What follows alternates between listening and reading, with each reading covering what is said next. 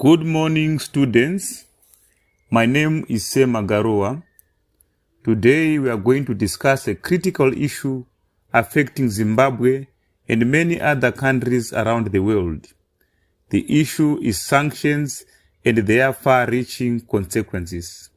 Sanctions are often imposed by powerful nations or international organizations to punish countries for perceived misbehavior. But do these sanctions achieve their intended goals, or do they lead to unintended consequences that harm the very people they are meant to help? Let's explore this question through the lens of Zimbabwe's experience. The title of our lecture today is The Unfair Consequences of Sanctions, a critical analysis of Zimbabwe's experience. The impact of sanctions on Zimbabwe.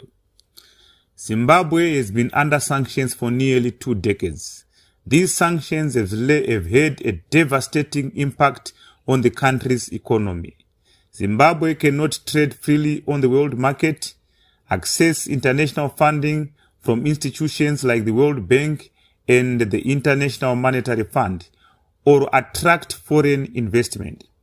As a result, the country has been forced to find alternative, often illicit ways to sell its resources.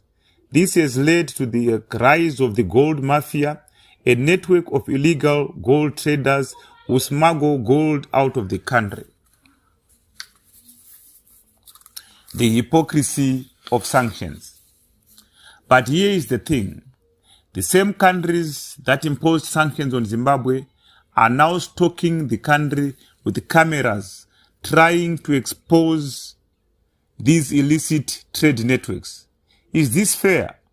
It's like saying we are going to sanction you and then we are going to criticize you for finding ways to survive under those sanctions. It's a classic case of damned if you do, damned if you don't. The propaganda machine.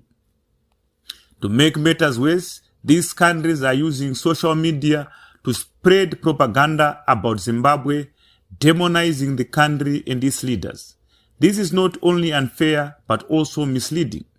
It's a deliberate attempt to shape public opinion and justify the continued imposition of sanctions. Conclusion.